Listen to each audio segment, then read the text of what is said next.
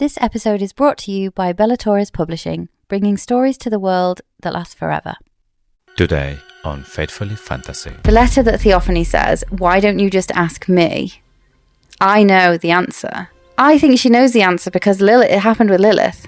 Maybe Theophanie was the one who made a channel and then Theophanie was her sage because she is doing exactly the same journey that her father was doing. Maybe she's into something that Violet doesn't know yet, but Markham maybe knows, because that's precisely one of the reasons that maybe Daddy Sorrengail has to be eliminated. Are we just going to ignore this as a foreshadowing? Is Zayden going to have to kill Bodhi?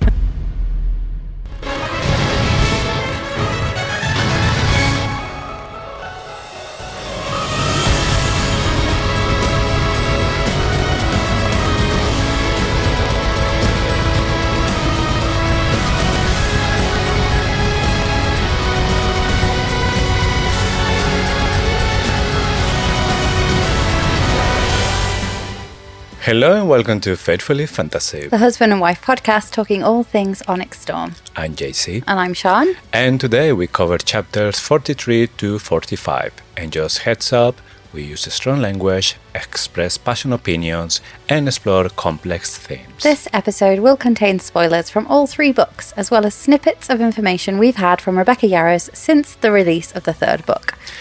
And before we start with the squad brief, quick reminder, you can now subscribe for exclusive content. Think early access to episodes, bonus episodes every month, and totally ad-free listening. You can even try it for free and cancel anytime. For the best deal, check out our website, faithfullyfantasy.com, or if it's easier, you subscribe right on Spotify or Apple Podcasts for instant access. Also, if you're enjoying the show, take a second to rate us wherever you're listening. Spotify, Apple Podcasts, YouTube, all of it. It helps more fantasy lovers find us, and it's one of the easiest ways to support what we do. A quick tap and you've made our day. And now, without further ado, let's get into a squad brief. This week, lightning strikes with Riddick, but we manage to convince him that Zayden isn't the enemy, but it's on Riddick's terms. We're done with the Isles, the mission failed. We make it back to Basgiath, and Kat is not only a step closer to home, but one step closer to being queen. Queen Mariah is dead. We get more hints about Violet's second signet, bring back Violet's questionable flight maneuvers from Fourth Wing, celebrate our Shadow Daddy's birthday, and are reunited with our old friend Felix. Well, we're getting closer to the end, and now we're going back to Basgiath. Yeah. I don't feel like a lot happens in these chapters, but we do get some hints, I think, about what might come in the next book. Yes, I believe exactly the same too. Time for a history lesson. Let's dive deep and see what is the past is hiding about the future. Chapter 43, Epigraph. If possible, hunt the enemy during the day. Their markings are so easily hidden by the shadows of night that it would not surprise me to find they walk among us. Venin, a compendium by Captain Drake Cordella, the Nightwing Drift. So, does this mean they only walk among them in the night? I don't think it does. I think it means they are, always around them, but it's too hard to spot them at night time.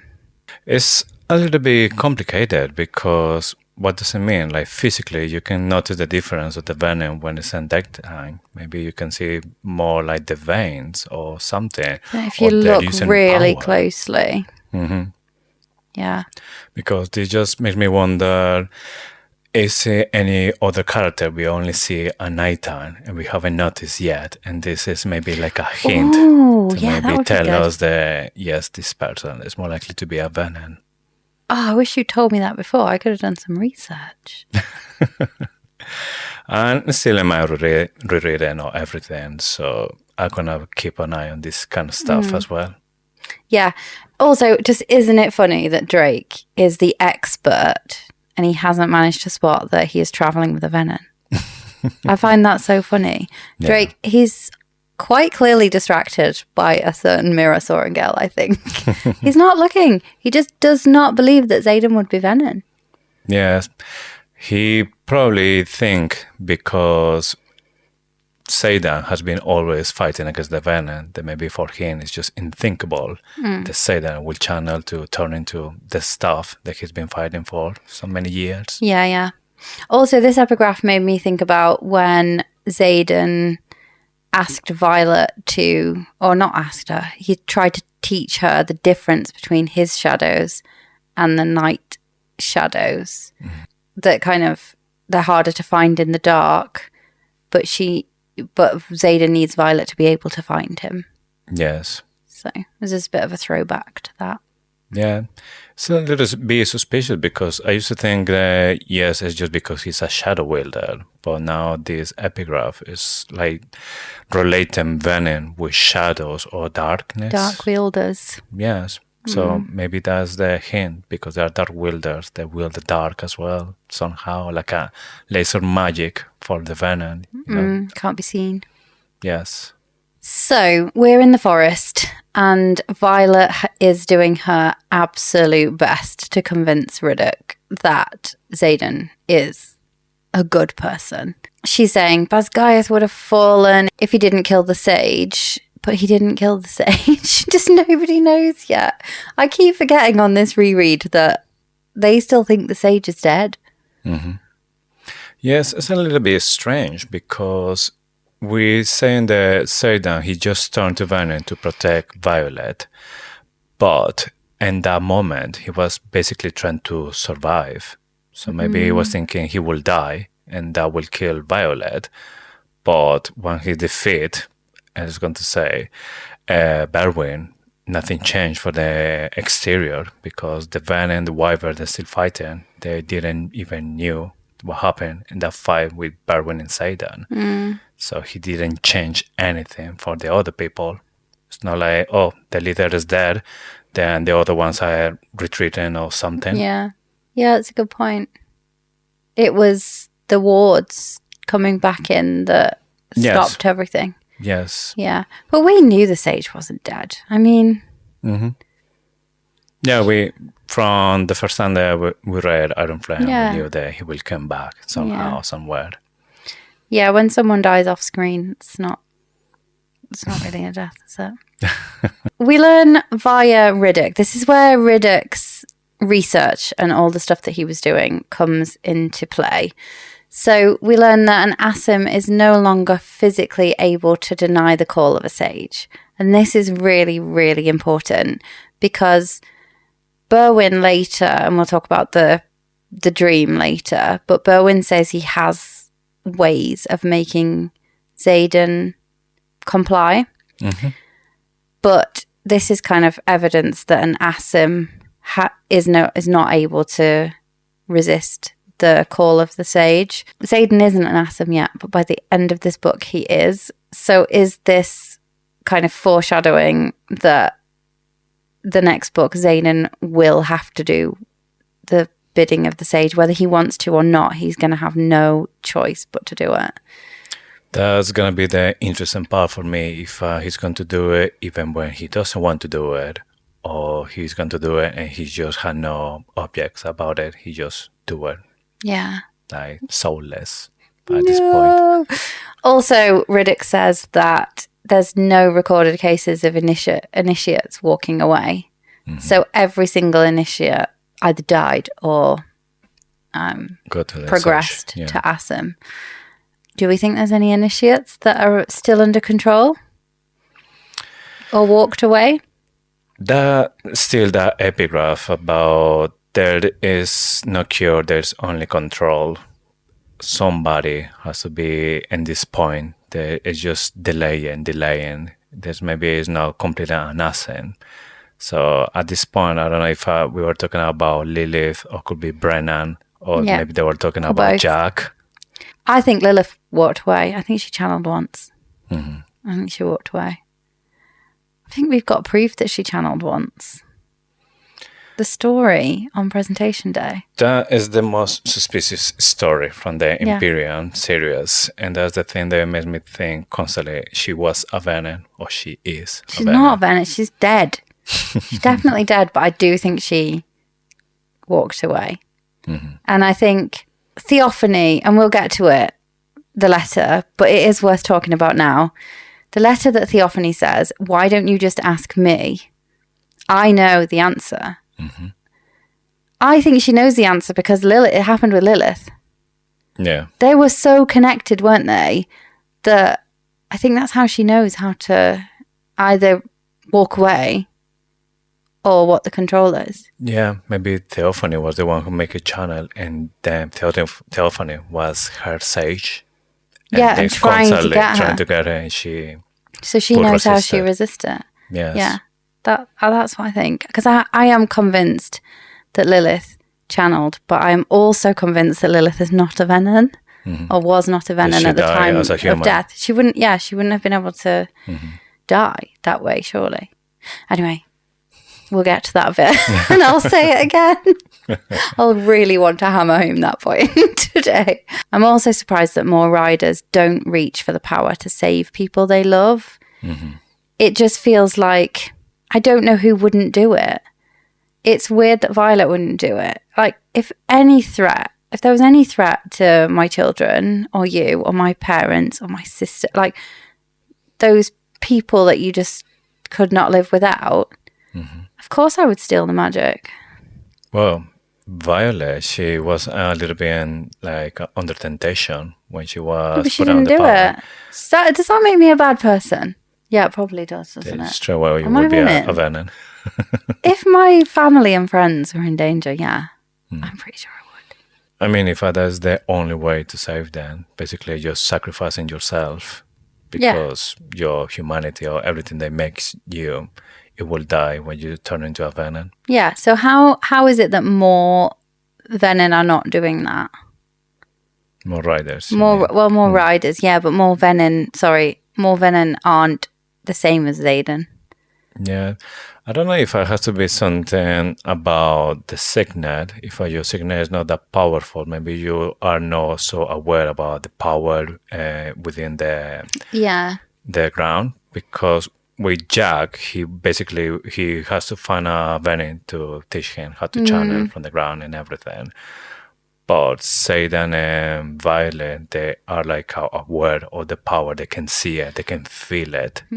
So I don't know if maybe the more power you have, the more power you can see around. Yeah. Like Taryn was saying to Violet, she holds more power. She is aware about the power that is beyond the walls. Yeah. Yeah, maybe. So Violet still believes there's a cure, even though she's been told that there isn't a cure by the Irids, and she's talking to Riddick. She's like saying, I've only had like a few minutes to process that. I still believe there's a cure. I just want to say that I am firmly in Violet's camp. I just don't want anyone to ruin this for me. I believe there's a cure. There's got to be a cure. I mean, this book series, if there's no cure, like the cure is no magic for anyone.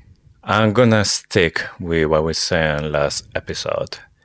If you are trading power because you are just greedy, then yes, your soul dies, and there's no cure for that. But again, in Zayden's case, it's not the soul that's been affected. So I think in his case, there will be a cure. Yeah, agreed. She says, in some dark wielder's head, or in some forgotten book. I think that'll be both. I think we've got Theophanie, obviously, annoyingly, she didn't ask her, even though this is where Violet frustrates me in this book. Just as one thing. She is desperate for a cure. She is scouring the continent, although she didn't ask in some of the places. Like, she only went to see if the Irids were there. So she wasn't, like, really asking, was she? She knows there's somebody on the continent. She could have, like, while she was fighting her, just got it out of her. You know how villains love to talk? They love to have their monologues. Just get it out of her at that point. Why wouldn't she? She was so desperate for it. Why wouldn't she get it out of Theophanie? Yes, plus has been a couple of times that Theophanie is saying, I know the answers for the question that you're looking for somewhere else. So just come here and ask me.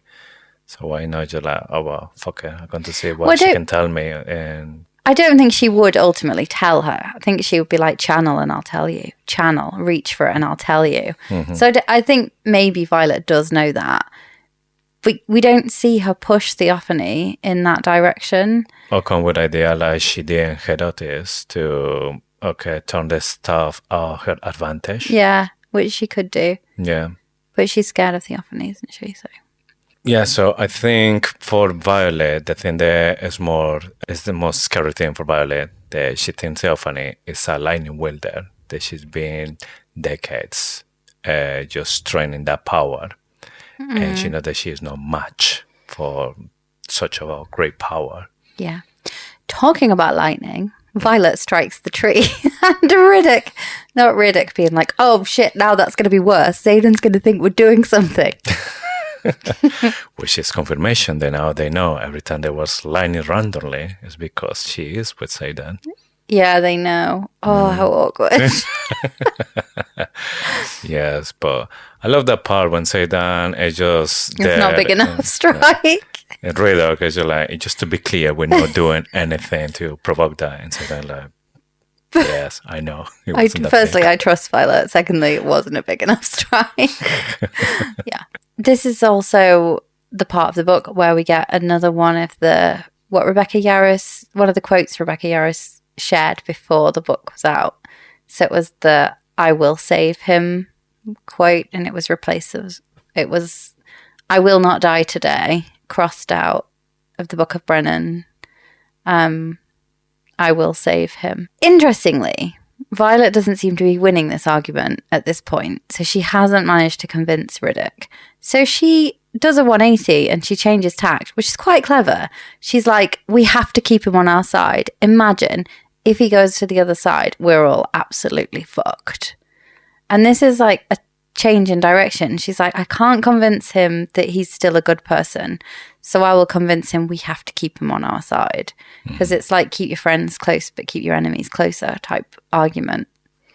Yeah, because she even said, and you think that, yes, my signet is really powerful, but I can't do the same stuff that he can do because he is more advanced in the training and everything. And he's got shadows. Like he is really powerful. And I genuinely do think that his signet is more powerful than Violet's. Yeah, I'm not sure what would happen if she tried to strike him with a lightning. If he makes like a shield with shadows, will this go through it, the shadows? Oh, maybe.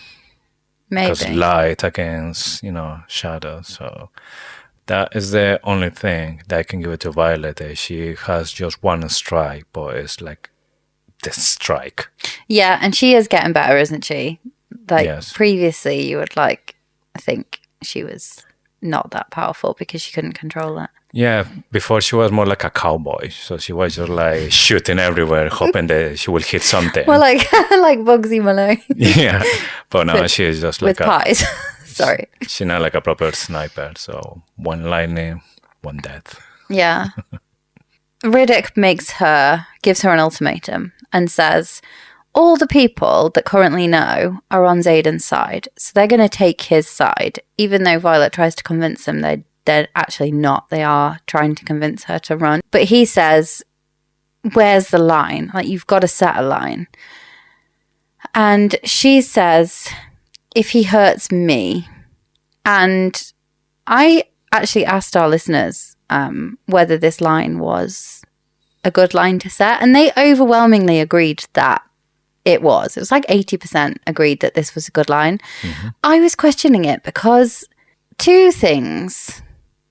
Yes, like if he hurts her, he has gone too far. But he might not hurt her because most Venin want to keep her alive. Mm-hmm. Although a lot of people pointed out to me that the Venin still want to hurt her. They just don't want to kill her. So I get that. I did. Mm-hmm. I wasn't managed to be convinced that it probably is an okay line. But I do feel like if he hurts someone close to me, would have probably been a safer line, would have been a better line. But I'm not sure if you turned Venin, the better line for me to set would be if you hurt someone you love that isn't me, because the Venin don't want to kill me. So, like, if you hurt your family, if you hurt your children, that type of thing would be the line for me, not if you hurt me. Yeah. Only if the Venin were also after me, like, just to be clear. Yeah.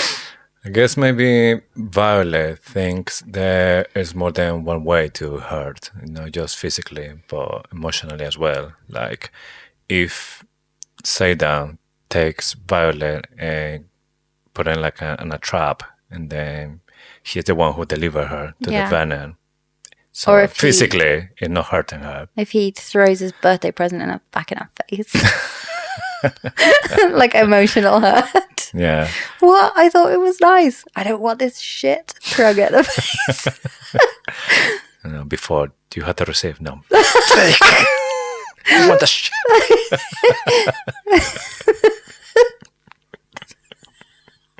I'm not sure you could get a receipt from for what she gave him for his birthday.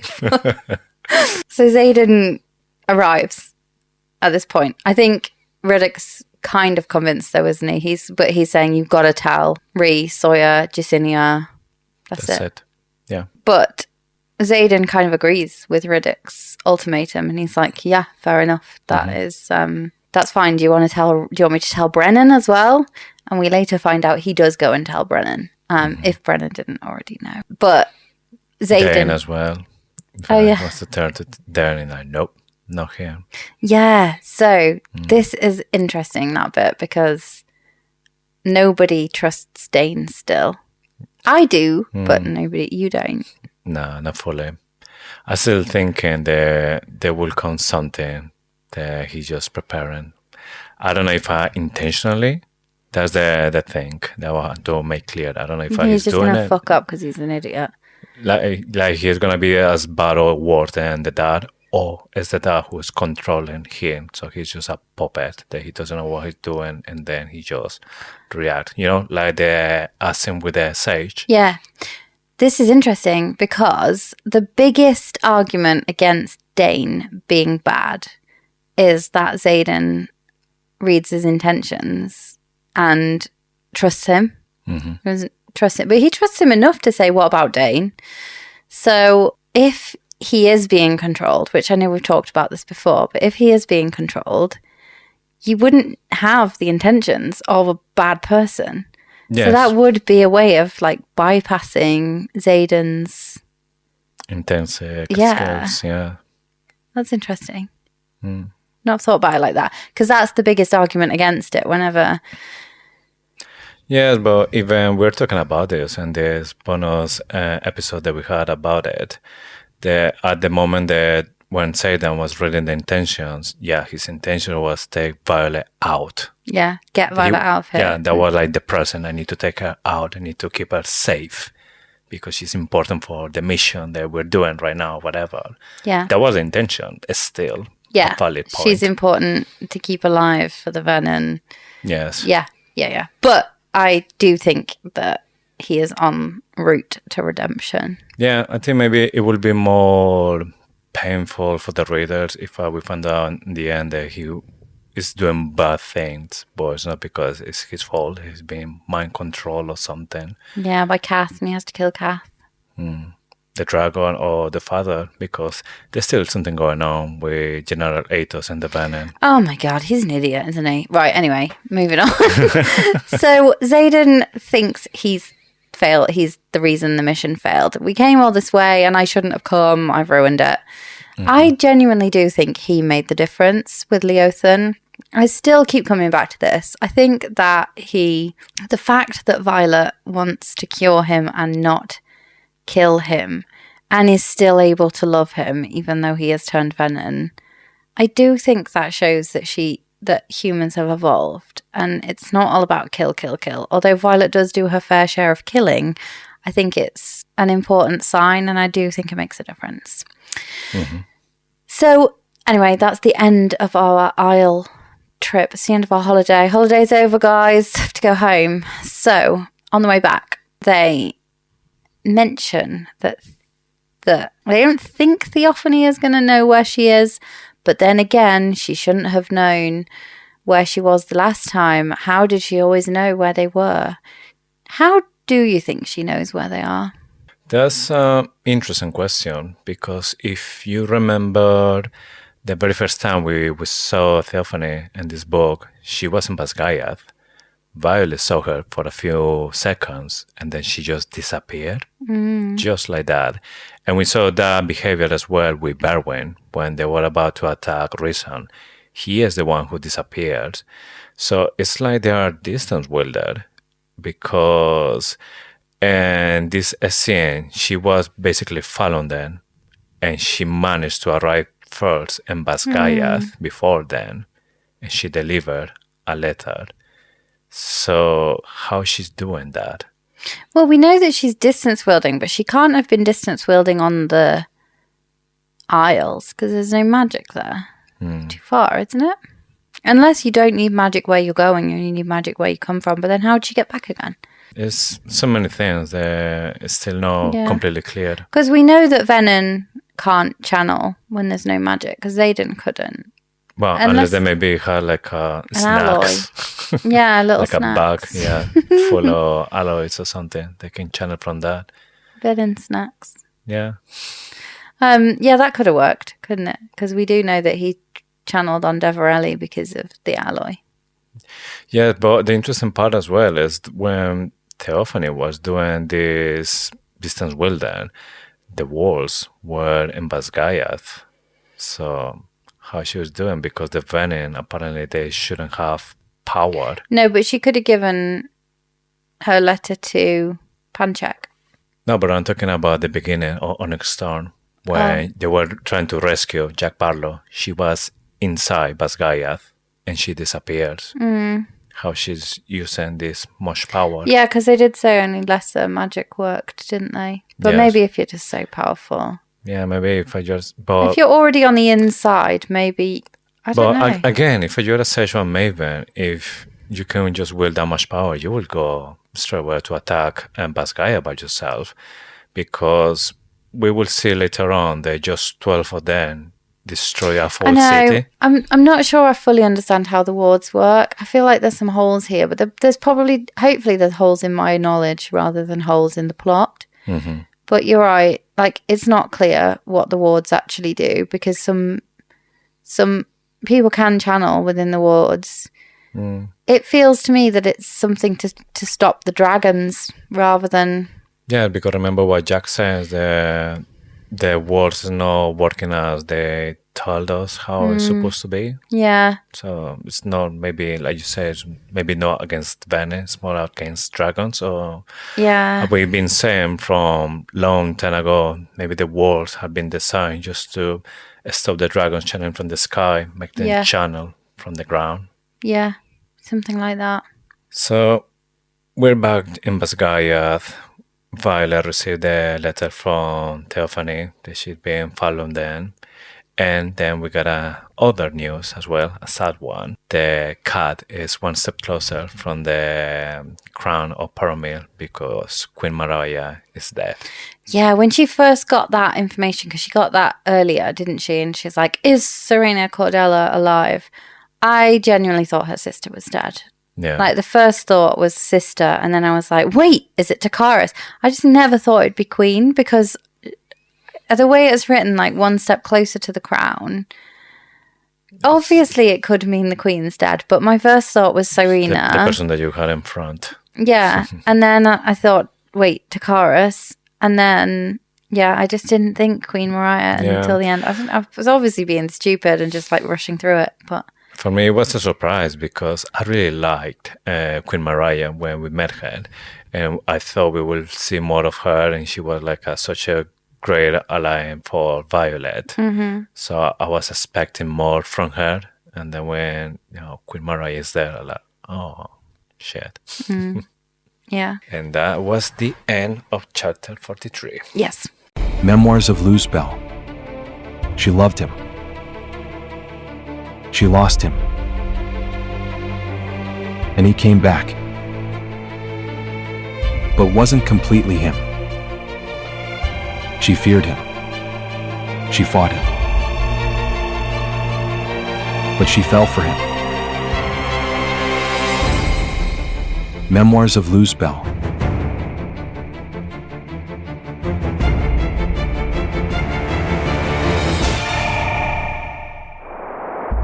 Now available on Amazon.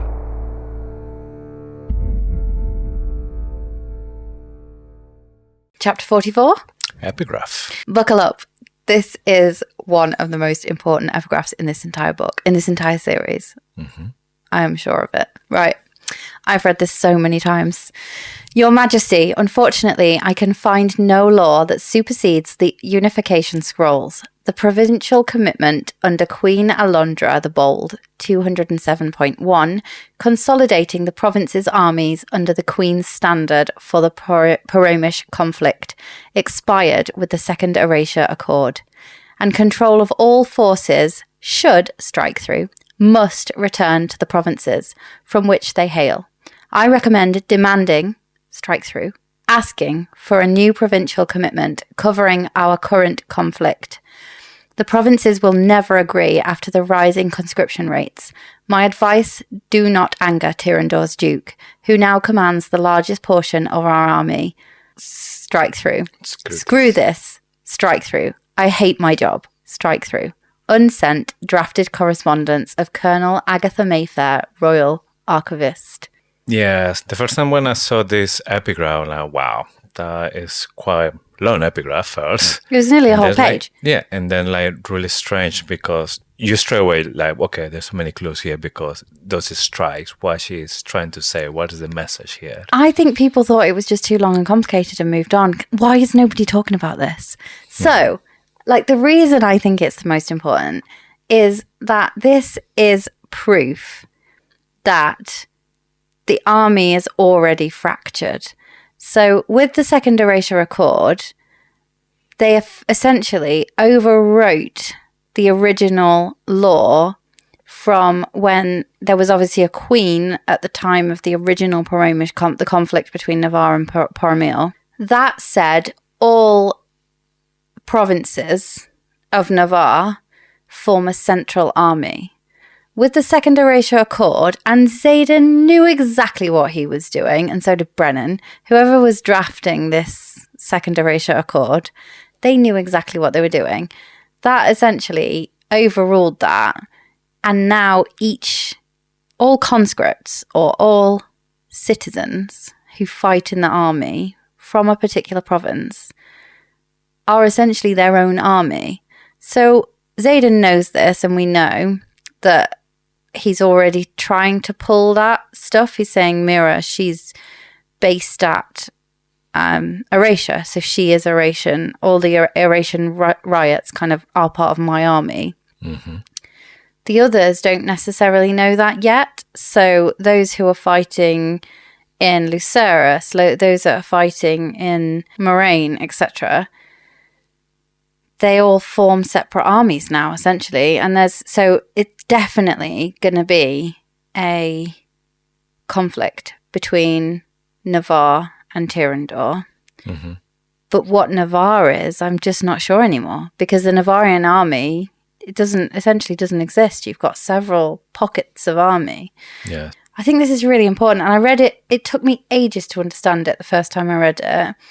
Because I got confused by the Queen.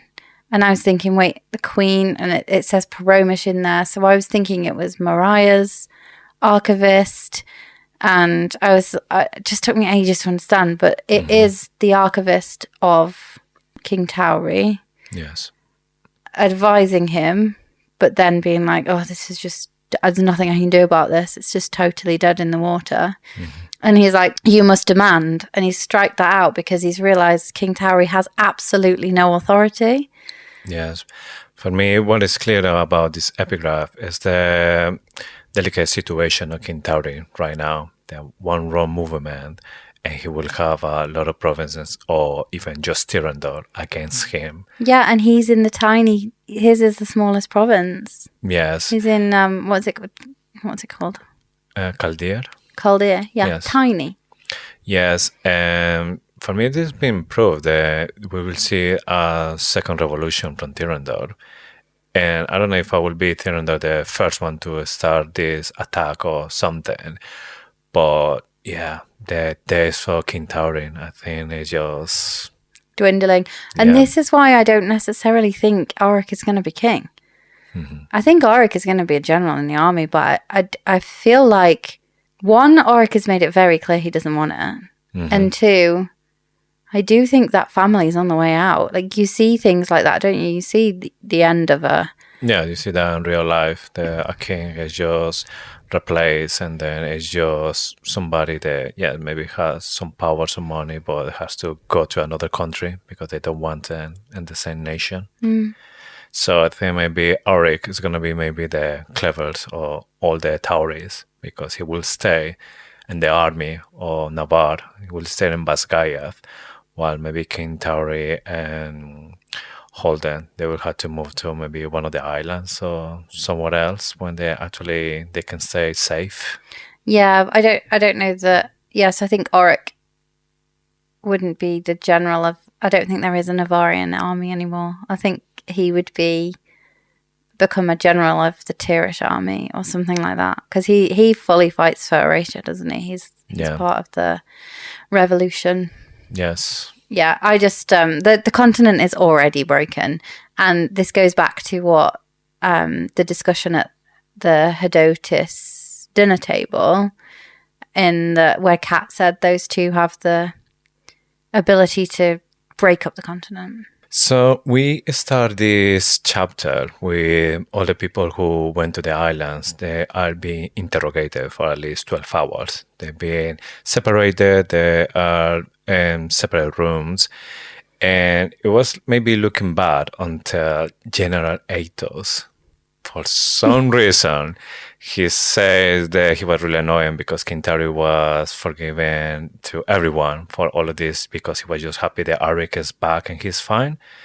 And Violet is like, oh, well, if that's happening, then I'm relieved now. This is just like maybe part of the punishment, but actually he can't do anything. Yeah. And it's just like, why? Why admit that? Yeah, I mean, you are in the shoes of this guy. He wants to make him believe that she's in trouble. He wants to believe that maybe the other one, they're going to get killed or something really bad is going to happen. Why on earth he was thinking to just leave that, oh, so pissed off the King Tari don't like me punishing these guys. They're like, like... He could have let them at least worry. Yeah. I mean, if this is Varish doing it, he will just enjoy like this mental torture. But Athos is an idiot. Yeah, it's just I can't believe that this guy is like the general that he's supposed to be like one of the really bad guys, but at the same time, this is just showing how little he thinks. Yeah. So it's another thing that I don't know how to take General Athos. I know. Like a genius or the evil or just... There was ages where we were like, yeah, he's the big bad guy. You know, it's just like, oh my God. I still think he's a bad guy. Like, I just don't... How has he got there? How has he managed to convince Melgren that he should be the general?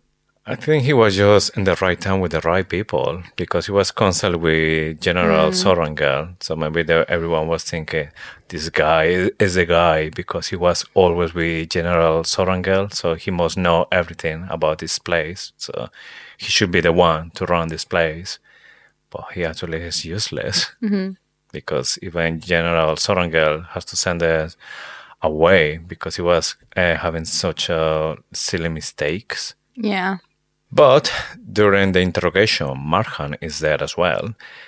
Violet says that she can see his face. She can see the jealousies in Markham's face because she's telling about all the stuff that she has seen in this journey through the islands, all the stuff that she has seen, all the knowledge that she was getting from these places, stuff that he didn't know that is there, the stuff that he would never know.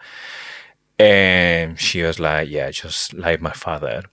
This made me think, is it actually jealousy, what he's feeling there? Or it's maybe concern, because she is doing exactly the same journey that her father was doing. Maybe she's into something that Violet doesn't know yet, but Markham maybe knows, because that's precisely one of the reasons that maybe Daddy Sorrengail has to be eliminated. Yeah, I think it could be a bit of jealousy, but so you find with some people, they just like to know more than other people.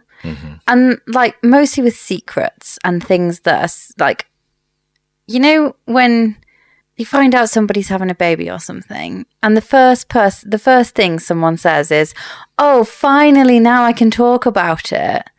They're not like, "Oh, I'm so happy for you." They just say that because they want everyone to know that they knew first, or like special for a moment. Yeah, or like, "Oh, I'm so glad we can all now talk about it." When it's like that, isn't it? That type of person just likes to know things before everybody else.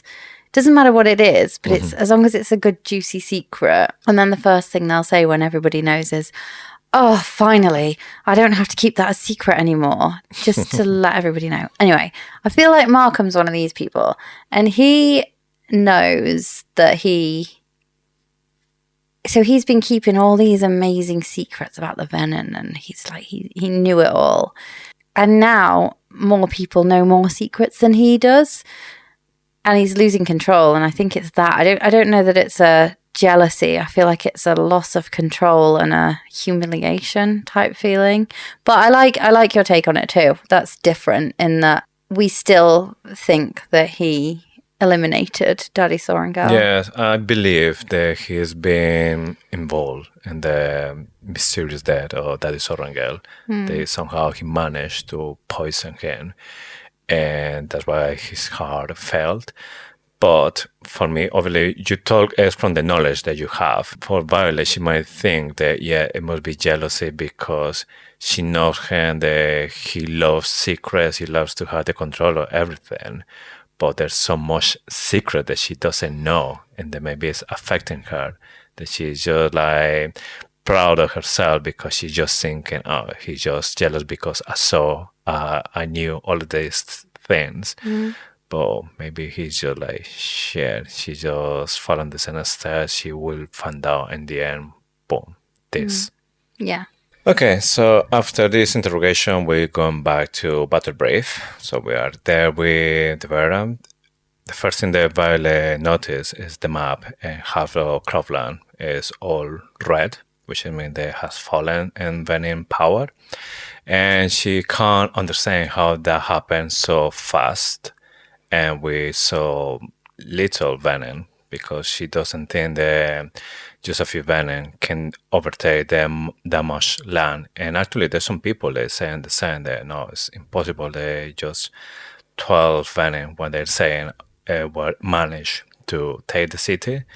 So this is a little bit strange for me, because who is lying here? It's just leadership is not telling that how many more Venins are outside, and there's way more than we think, because maybe they think they're just a few, but actually it's a full army that's able to overtake a city.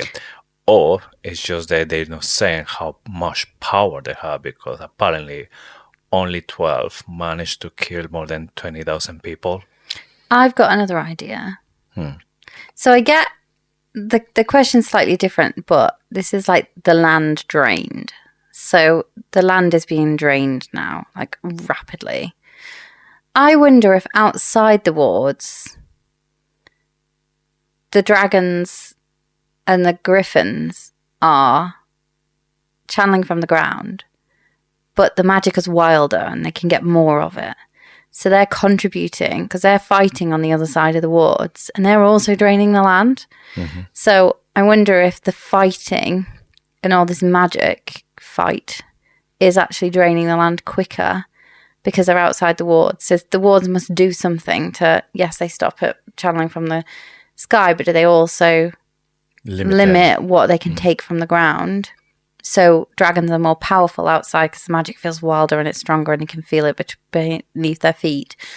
And actually the reason the land is getting drained so quickly is because the dragons are also taking it, and the griffins. So another interesting point of view to see it, yeah. But Craveler still miraculously fine. So there's like a lot of talk that Craveler will fall in book 4. I genuinely don't think it will.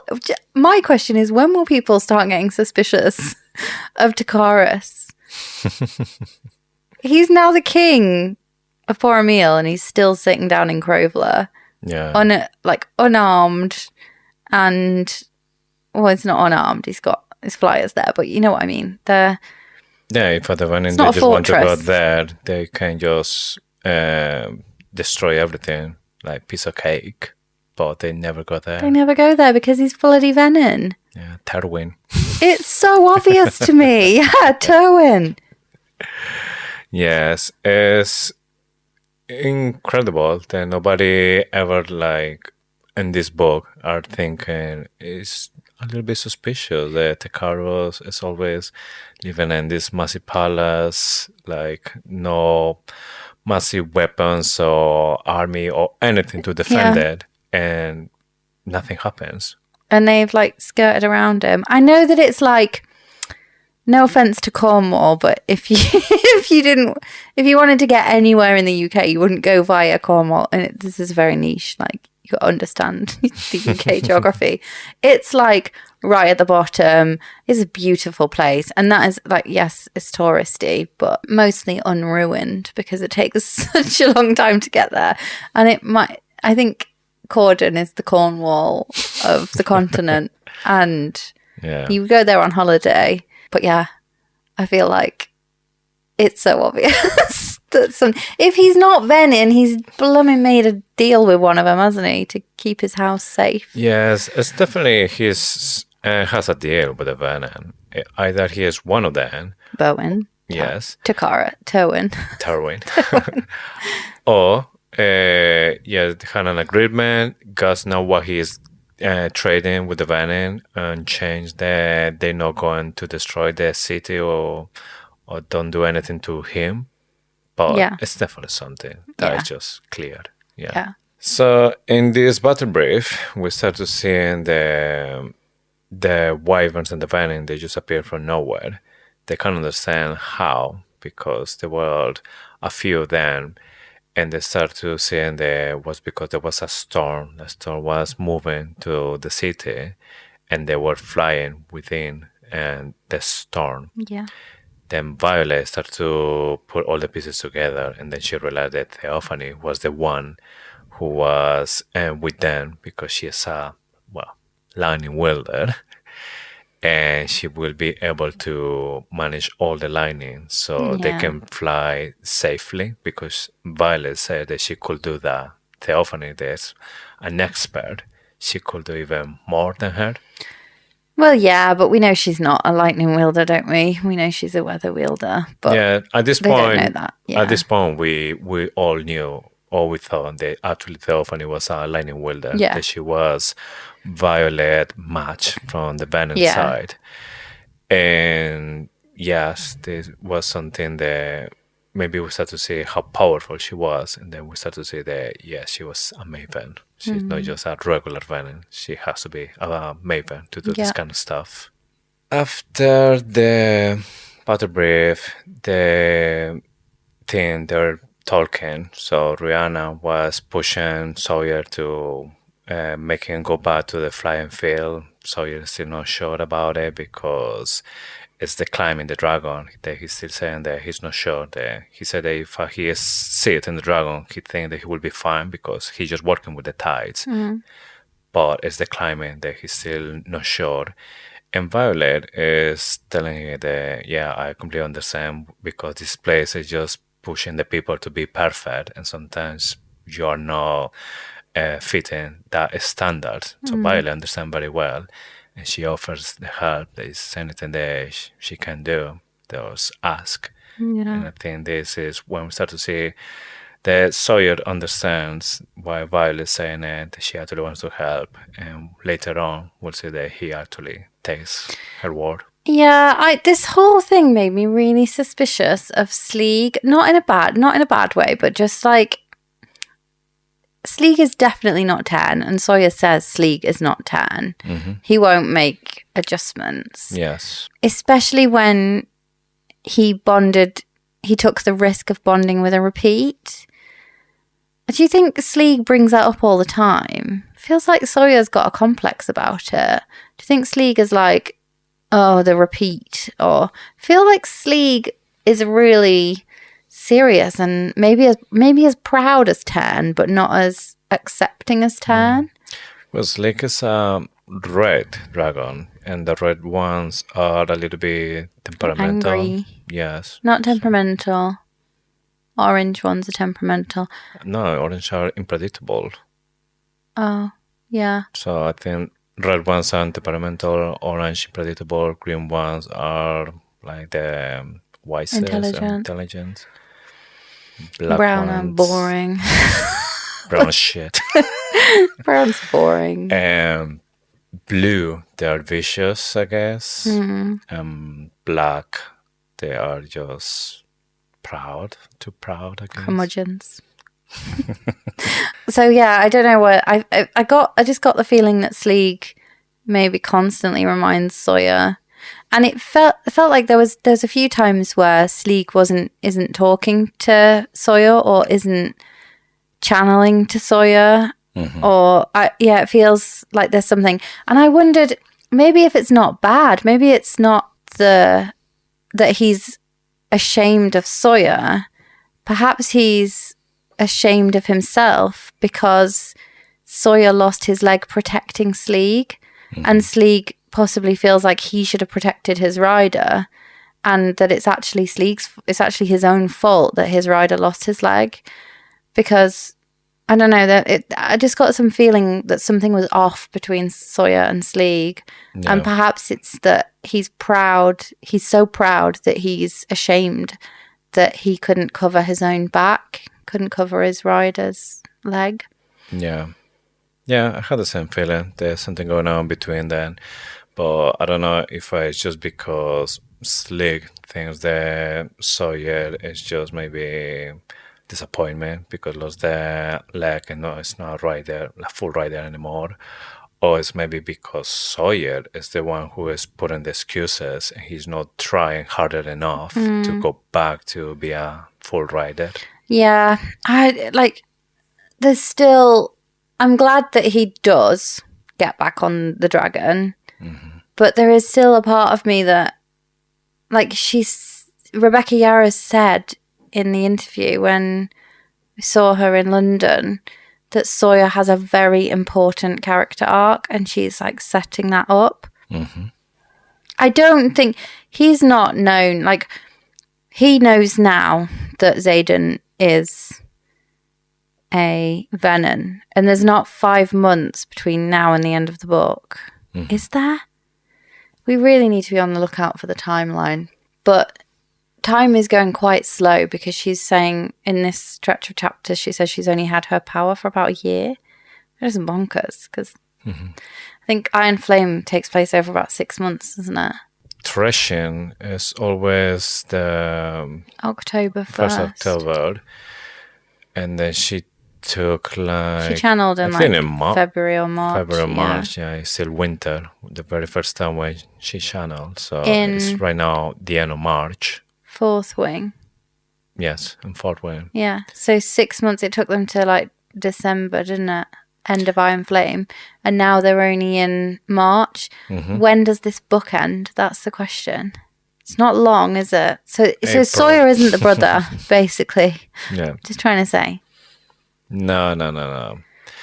The Xaden said after Simi struggling for 5 months. Exactly. So we're talking about basically from the moment when Xaden turned into a Venin. So it has to be Bodhi, Gary or Imogen. But Imogen, she was in the end with Violet, so it can't be her. Yeah. Well, we don't know. Maybe Imogen is there as a Venin, but then she just stay. No, Rebecca Yarros said pay attention to who's missing. Who's at missing? the end. Yeah. Auric, but again, Auric doesn't cover the 5 months unless he knows that. And he haven't seen Xaden struggling. Well, unless you count the stuff in the islands as a struggle, but or the premonition, unless he's precogged it, and he's Anyway, I'm just trying to rule Sawyer out here. Although we know that Sawyer has a very important character arc. The only other thing that could be, well, not the only other thing, there's loads of things that Rebecca Harris could throw, but one of the things is his link to the narrator. Because if we think, we've got to remember Jacinia is narrating this. Sawyer is dating Jacinia as far as you could date someone in the middle of this. Yeah, I'm not sure if they're just like properly dating or just a star. Maybe they're like writing letters to each other. Yeah, and you see that at some point they were like next to the fire together, sharing a blanket. In Iron Flame. Yeah. Yeah. So they're together. And you got to remember that. Like, what is the narrator doing? Yeah. So here, the full group, where they're talking, they go into the archives looking for Yesenia. So Redog asks for a private room. Once they're in the room is when he gives the look to Violet. Or you tell them, or I will. So Violet's like, oh, well, it is what it is now. So either I trust my friends or I don't. Yeah. So she say that is turning Venin slowly. And then Rhea is wet in the eyes and like talk. So straight away, like good friends there. She would trust from the beginning. And that is the end of this chapter as well. So chapter 45. Yes, epigraph. I think I started falling for you the night in the tree when I watched you with the marked ones, but I began tumbling the day you gave me Tern's saddle. You'll give some self-serving excuse, but the truth is you're kinder than you want people to know, maybe kinder than you know. Recovered correspondence of Cadet Violet Sorrengail to His Grace Lieutenant Xaden Ryerson, 16th Duke of Tyrrendor. This is just basically Violet pointing out Xaden's actually personality, that he likes to help people. He is in the position that he has a lot of people that he needs to protect, like the 107 Mark ones that he's directly responsible, and obviously Aracia and Tyrrendor. But Violet knows that deep he is a person that he really cares for the people he has around, and if he has the chance to help, he will. Yeah, I just want to reread Fourth Wing again now. Although I can't, because I did promise myself I would read 3 books off my TBR before I read anything either again or get anything new. And I'm like nearly at the end of From Ash and Blood, and I am obsessed. So I'm obviously going to chain the next 4 books, and then the new one when it comes out in June. I still reading Fort Wayne in Spanish, but I'm doing it when I had like extra time from my phone and my Kindle. And gosh, I don't know if it's because of my phone, but it takes years when you are reading. You feel that you are like forever in just one chapter. Yeah. So, I don't like Kindle on my phone just because it's just like staring at your phone. It's worse than doom scrolling, even though it's not. Like it shouldn't be worse, but it feels like I'm staring at my phone for such a long time. Yeah. It feels better on a Kindle or on a book. But I want to read the scene in the tree again. I know that she like dips into the shadows, and actually they're his shadows. He's keeping her hidden from the rest of the marked ones. So there's so much that like once you know and you reread that scene, it's so cool. Yeah, I read that part a couple of weeks ago, and even when she is hiding in the shadows, she can feel the prickle in the head. She can feel it. So really, Satan is really the intentions right there. Yeah. Oh, it's just really clever foreshadowing. And then just the fact that he manages to give her this saddle and still treats her like a powerful woman. He doesn't at any point do it the way that Dane would do it. You're gonna keep falling off. You're terrible. Your reliability. You're gonna kill yourself. I'm only keeping you safe. That kind of thing. Whereas Xaden does it like just giving her a tool so she can focus on other stuff like lightning or fighting. Yeah. And I know that that Mira has a part to play in that. She's like, if you are my trolls, make sure that she doesn't fall. Yeah. Find a way. Also, we get this epigraph here for a reason, don't we? Because Xaden is still brooding, and halfway through this chapter, Violet says, if he's brooding, I'm just going to take a leaf out of his book and then start writing him letters. We've covered our thoughts on recovered correspondence in the past, but tend to think they were either hidden or they were Basgiath is destroyed, and not that it doesn't definitely mean that they're going to die. They might, but actually we don't know the timeline after they found the letters and the story, so maybe this is part of the museum and somebody's last 6. research. Yeah. So we start this chapter with a nightmare, and now we know there is no Violet's nightmare. It's actually Xaden's. There's the one having this nightmare. Yeah, but we don't. So we know that now, but we didn't know that at the time of reading this the first time. Yes, but even though it's obvious. Yeah. Lightning strikes in the distance, so that's obviously Violet over fighting. there. Plus, saying, and something is strange here. He's saying, "I'm gonna let you to help her this time." Yeah. Help her with what? Because he's talking now. Obviously, he's talking to Xaden, saying they will allow to help Violet. But the strange part is because Violet is trying to find a cure for him. So, in what concept or what is the subject here for Berwin say, "I'm gonna allow you to help her"? Kill Theophanie. This is foreshadowing for the giant mushroom cloud of shadow at the end. I'll let you help her this time. Boom! Strike a shriek, kill Theophanie. Berwin doesn't give shit about Theophanie. They don't like each other. No, they don't. So he's going to let him help her, kill Theophanie. Helps Berwin as well. They're on the edge of Drathus. Like, the flames are going. This is like a premonition of Drathus, in my opinion. I don't know that that's confirmed, but it feels like that's what it is. And then when we were first reading it, "I will let you help her this time," we thought he was talking to Violet. So who did we think she was going to help? The very first time when I was reading, I thought he was talking about Theophanie.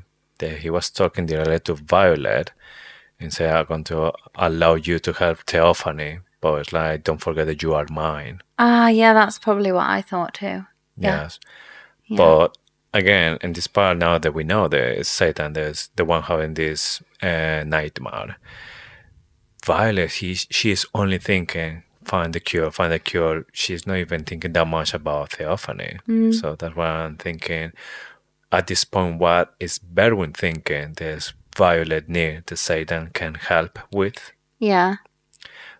But something that caught my attention as well, because when she says, well, if I don't want to do it, like, come with you, he takes a sword from the ropes, and the sword is the sword of Tyrandor. So is this maybe a symbol, something, the sage that we know is Berwin, is from Tyrandor, maybe, because that sword is related exclusively for Tyrandor. Yeah.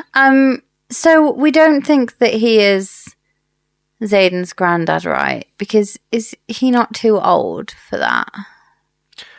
We don't know exactly what is the age of Berwin, but we have constantly reference about the tan arm.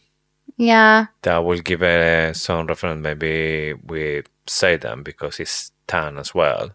But that's why was one of the reference for me. There could be Tekaros as well, because Tekaros, he's tan. Yeah, it could be Xaden's granddad. I guess the thing that we need to be on the watch out for is how he responds to Sorrengail at the end. Not just in the end, when they're fighting an iron flame, when Sorrengail was having this discussion with Xaden, I choose you, don't do it, is fighting. Yeah, she could have been talking to him. Yes, that's something that we were thinking before. Yeah. That maybe she was talking is to Berwin, to say that. Because they're still the bond, they're still connected. Yeah. But I don't know. But even at the end of this book, when Berwin is saying that he was about to kill Sorrengail so he can get free from the dragon, there's no interaction or something to make you think that Sorrengail is looking at Berwin or they have like a kind of relationship. There's no clues. But it does make sense. Like, if you would have the sword, there's so many hints that it could be his granddad, isn't there? Yes. Yeah. The only thing that it doesn't match for me for saying, yes, it's definitely Zeta's granddad, is those 2 moments in interaction with Sorrengail. It seems that there's they don't nothing know each there. Other. Yes. Yeah. No, like, there's no hate, there's no awkward, there's just nothing there. Unless then maybe Rebecca wants to do it that way to not make it too obvious. Yeah. And then just come on the next book with something like... Yeah, but it could be stuff like... It could be as simple as Sorrengail's eyes narrowed on Berwin. Like, that could be with anger, that could be with... And then when you read it again, you're like, oh, they narrowed because she was like, it's you. But you wouldn't necessarily leap to that conclusion. But the more I read Iron Flame, if you go back to our Iron Flame episodes, I was definitely suspicious that Berwin was Grandad Xaden, Grandad Ryerson. So yeah, let's not forget that. I do think it's he's like very, very high on the suspect list. I was convinced that it was Xaden's grandpa until the end of this book when Panchek was telling her, I'm the only one who can tell you where your son is or something like this. So Berwin, he has a son. No. I'm sure this is just the way they talk about their recruits. No, I think definitely it's talking about a specific person because he said, I have another one now. Like to tell me. He's not had a baby, has he? No, but I thinking he's referring that I have another one to tell me how to find my son, not like I replace my son. Oh, I read it like I replaced his son. No, the way that I read it was that Panchek is the only one who can tell where the son is, and then Berwin to say, I have another one that can tell me. Like another one. Okay, that's interesting. You are not the only one now. You have not that power now. Yeah, I'm gonna have to read that obviously again, and we do have to read the end of the book before our live episode. However, I read it like I'm the only one who can give you access to Jack Barlow, who's like your like baby Venin. And then he's like, I don't need Jack Barlow anymore. I've got another son. I think you can read it both ways. And then because it's all because Jack calls Xaden, I guess we're brothers now. And then he's like, oh, there's another brother. I feel like it's just the way they talk about each other. Yeah. If Violet turned Venin and she went to Theophanie would be her Venin mother. Like, that's how I just feel like, because of the Jack interaction with Xaden, saying, guess we're brothers now. That's why I read it like that, I think. Yeah. We definitely have to read it more than now. We're going to do this live event on Instagram. We're going to focus on the end of Onyx Storm. So we can have a look to that. This basically by the end. And then have a look by the time that we actually do the deep dive. On the 24th of May. Yes. So if you have an Instagram account, we will see you the 24th of May at 10 p.m. UK time. Which is 5 p.m. Eastern time if you're in America. And then obviously if you're not in Eastern time, that's easier to translate, I think, for Americans than it is. Yes. From UK time. on a Saturday. We're going to put a countdown on our Instagram account. So just go there, have a look, because you will see it in our profile. Yes. So there's some things I want to talk about in the stream that Berwyn says. He says, such emotion. Don't worry, it will fade in time. And that's a reference to obviously the Veninism, and it's taking over and the emotion will fade. Yes. Again, I really don't think it will with Xaden, because I think that's part of his soul.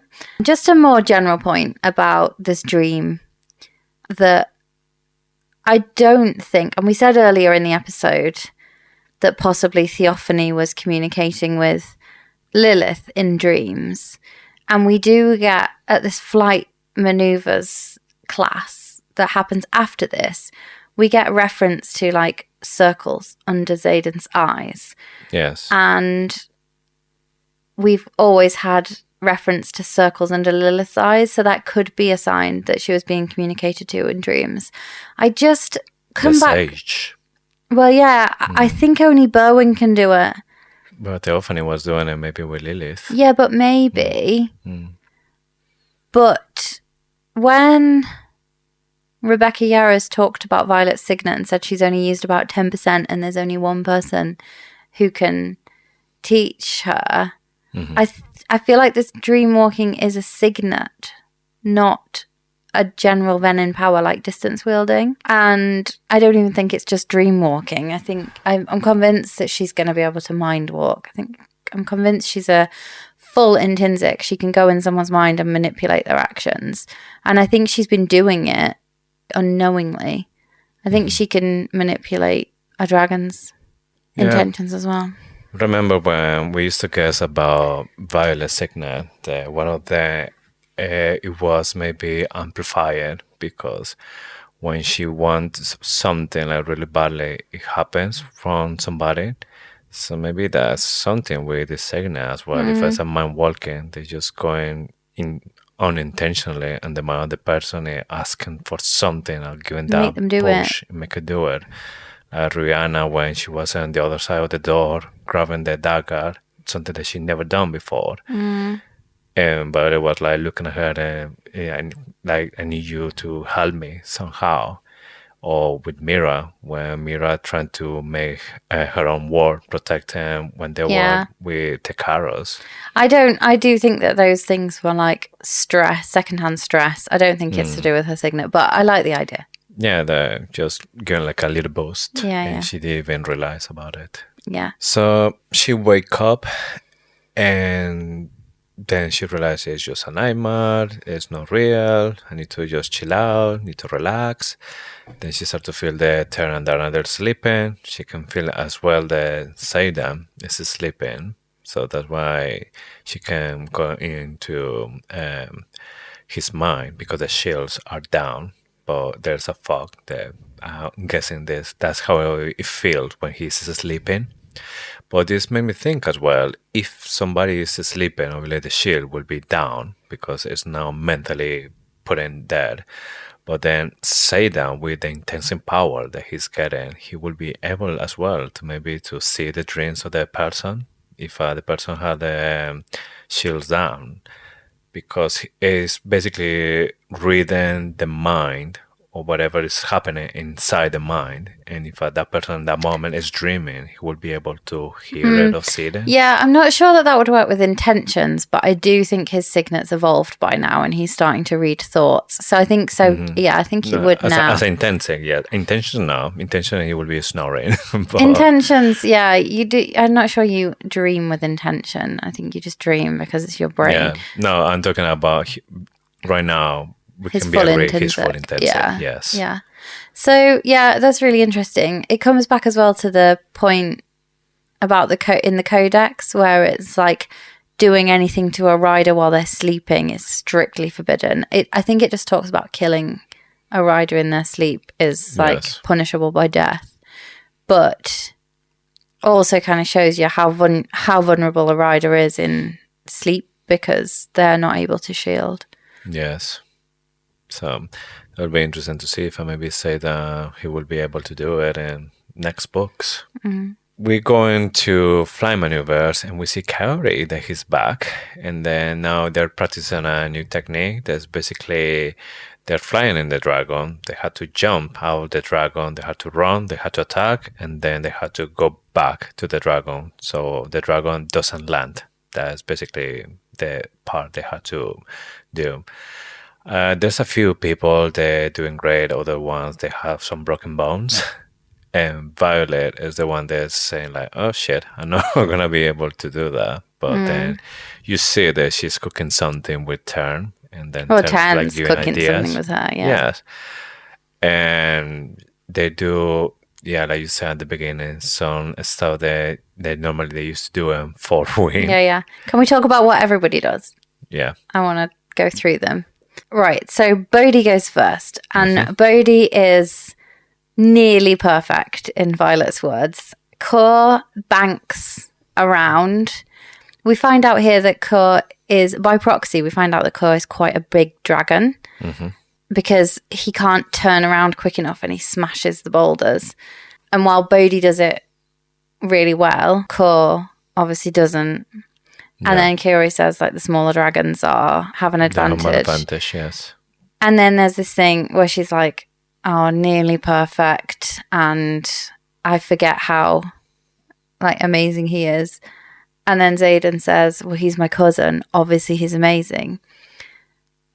But this again, like Bodhi did as well as he could be, but everyone forgets how impressive he is. Like everyone forgets how important he could be.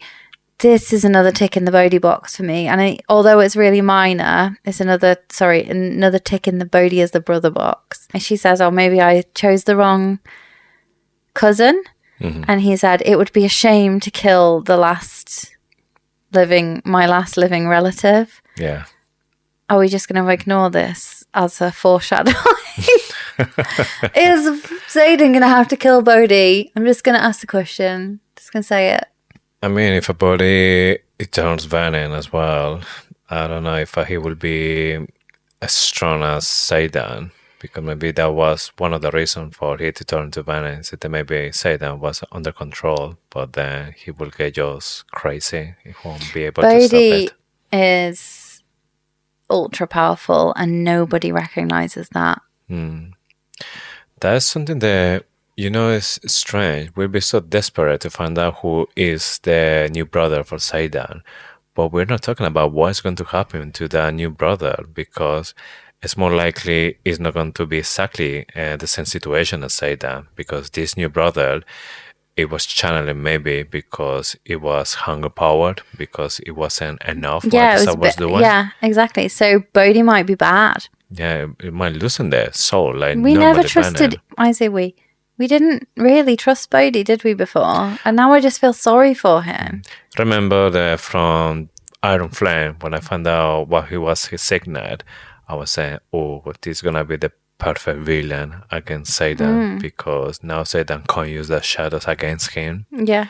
And then if they had to fight, they have to be like hand to hand, because the signet, they were not going to do anything. Yeah. So maybe that's going to be... Yeah, the one thing, though, Xaden always had was the reason Xaden had the edge was because he didn't know about his intrinsic. So he always knew what Bodhi was going to do. So hand to hand, he couldn't even beat Bodhi. He could beat Bodhi. But Bodhi was... So if you think about that from Bodhi's perspective, he should have been a perfect match for him, because he should have been able to counter the signet, and that's that. But he still couldn't beat him on the mat, and he didn't know why. And it's frustrating, because maybe Bodhi could be a better fighter, but because Xaden knows what he intends to do next, he's never going to beat him. Yeah. So it must be so frustrating for Bodhi, and I feel for him. He's like, doesn't want to be kept at home. He doesn't want to be the spare. He doesn't want to be seen as second best to Xaden, because he might not be second best. He's nearly perfect. So that was Bodhi's attempt anyway. Next up is Rhi, I think. Yeah. Rhi, like, nothing to write home about. She's amazing. Or maybe it is something to write home about. No extra special. Right, so then Violet goes after Rhi. What happens to Imogen? Does Imogen do it? It's not mentioned here. So and she wiped everyone. Maybe she didn't do it, and she wiped everyone's memories. She should be there, right?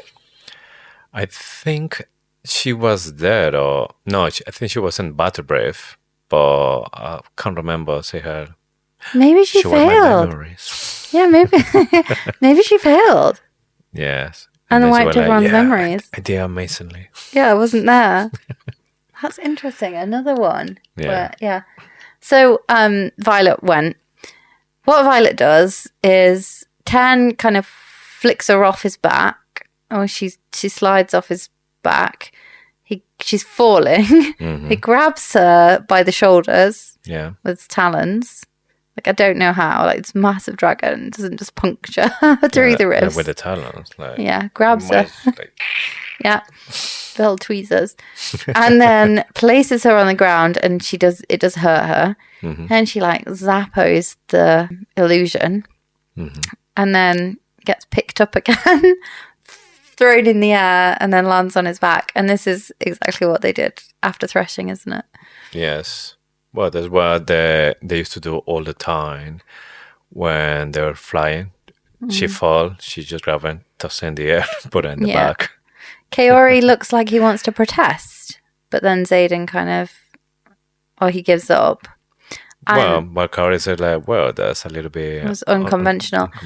Yeah. Yeah, but then it says it looks like he wants to protest and say, like, you can't do it like that. But Xaden kind of says something and then it's forgotten. Yeah. Auric. Now, this, like, just shows how much better Auric is than everybody else. Auric lands perfectly off of Mulvik on the ground, throws his axe towards Kaori, and the illusion goes away. Yeah. So he is, and then they're like, I think he won, and re-agrees. It's two things, like, I'm going to do an unhinged reason why this might be what he did. The first one is not unhinged. It is just, he is much more intelligent than everyone else. Everyone was doing the task. They hit the illusion because that's what they were supposed to do. Auric thought, hang on, if this is the illusion, I need to hit the rider. I need to hit the source of the illusion. So he did that and it worked really well. Another theory, which is like the unhinged one, is that Kaori is bad and Auric has seen this and he is like giving him a warning. No, Kaori. Why was Kaori doing the med tent after threshing if he didn't want to like get closer to Violet? Why does he leave his book lying around? Why is he like called the Dragon Watcher? From like the dragons, I don't know. It was daytime when they were doing the maneuvers, isn't it? Yeah. Just some yeah, I did think that. You know, seeing Kaori always at nighttime. Unfortunately, I think it's the first one. I think that Auric is just really clever, but yeah, wouldn't it be cool if Kaori was? Maybe he just saw how to win. Like, just having flashes of the signet or something. Yeah, I think he did. So we finish the class and people are leaving, and then Kaori, he wants to like maybe say something, and then he sees a red dragon. They're just landing, and that calls Kaori attention, and he just go away to see this. It's Felix's dragon, right? Yes, it's Felix's dragon. Do they know each other, or is he just like, ooh, new dragon to study? Maybe he didn't remember who it was, because when I was reading this, I saw a red dragon morning star tale. So I was like, oh, it's exactly the same as term. Who was it? Yes, that's why I found them weird, this dragon, because I thought I never saw this dragon before. And then it's when Felix arrives. So was a scorpion tail. No, it's a morning star tale as well. So that's why Kaori is like, oh, Yeah. never seen this one before. I think Kaori would probably know Felix, though. Yeah, probably from a long, long time ago. And maybe he saw that and he knew it was Felix. And like Felix, like, what he's doing here. Not that long. It's just 6 years, isn't it? It was exactly when the revolution happened, or maybe before the revolution. Don't know how long Felix has been working with Felix, isn't it? Yeah, but Felix was probably in... Well, it was in the army. Yeah. He would still have been in Navarre's army. Yeah. They don't get on, do they? But yeah, I wondered if Kaori knew Felix.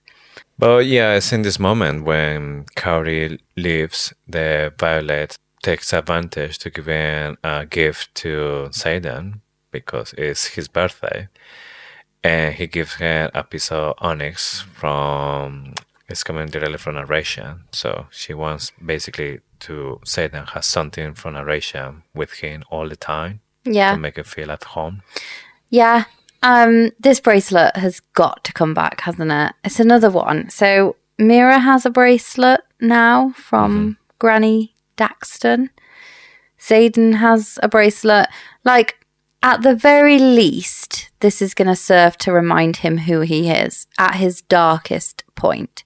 He's going to look at this bracelet and he's going to remember Violet gave it to him.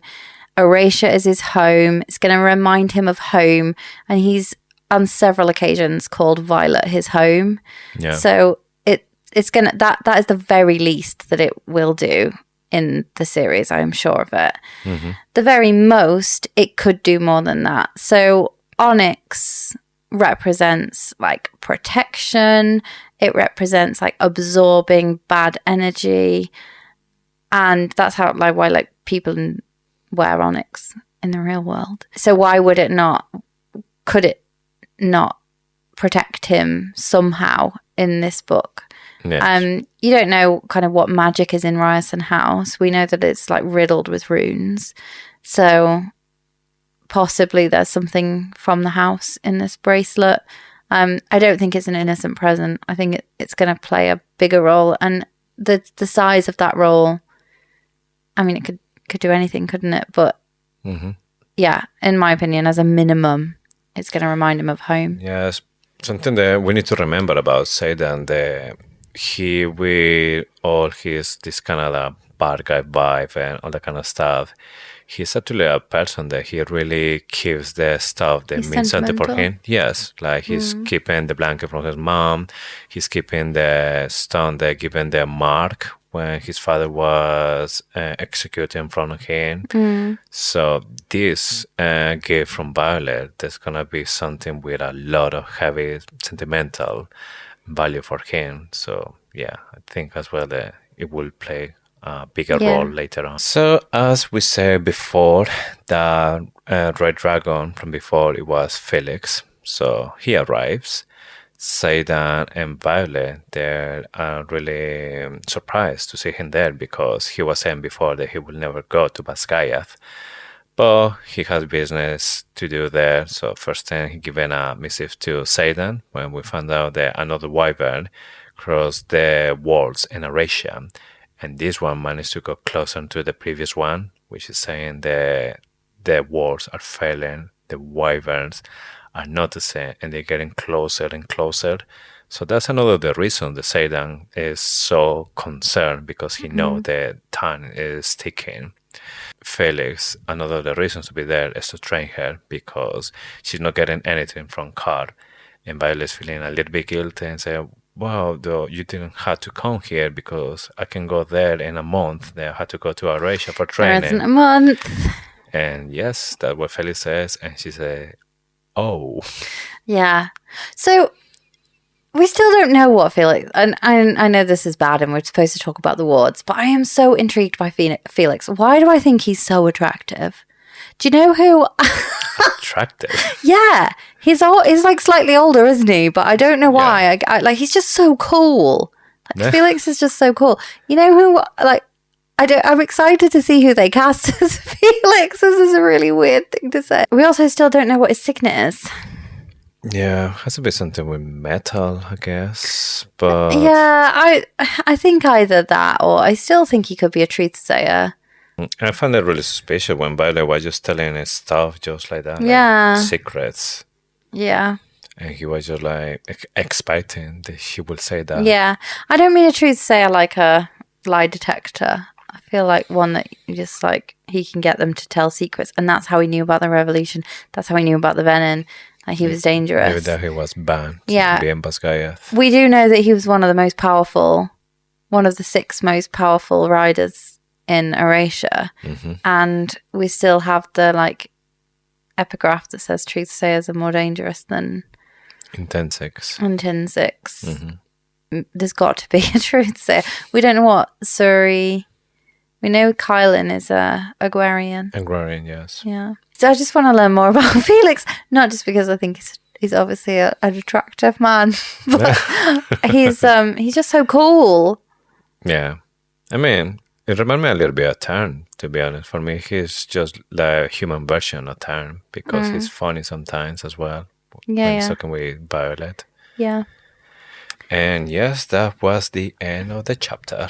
So, Oryx Auguries, the part of the show where we talk about our favourite theories from this week in a bid to stitch them together just before book 4 comes out to see how wildly wrong we can be. What's your favourite one?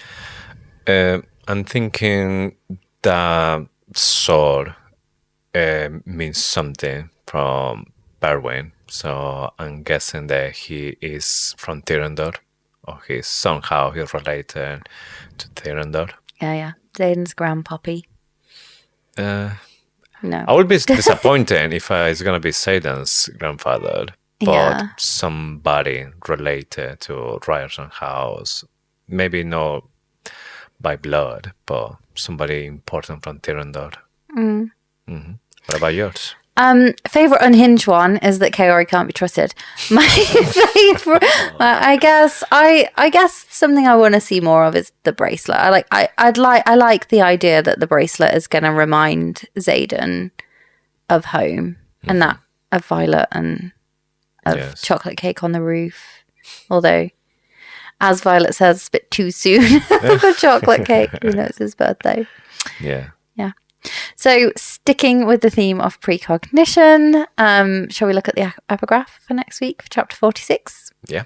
When this is over, we should take as much leave as they'll give us and spend it all in Erasure. We can figure out what life is supposed to look like without the daily threat of death. You can govern the province you love during the day, then slide into bed with me at night, or I can always join you in the assembly chamber. You do some of your best work on that throne.